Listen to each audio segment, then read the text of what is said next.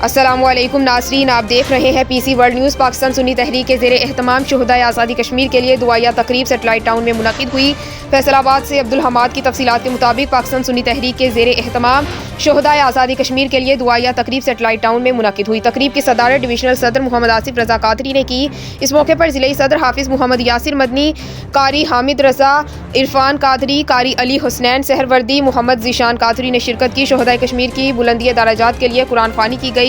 हाफिज़ मोहम्मद यासिर मदनी ने शुहदाए कश्मीर के दराजात की बुलंदी, कश्मीर की आज़ादी, पाकिस्तान की तरक्की और सलामती, पाक फौज के शुहदा और मुहिब वतन इदारों की कामयाबी के लिए खुसूसी दुआ करवाई।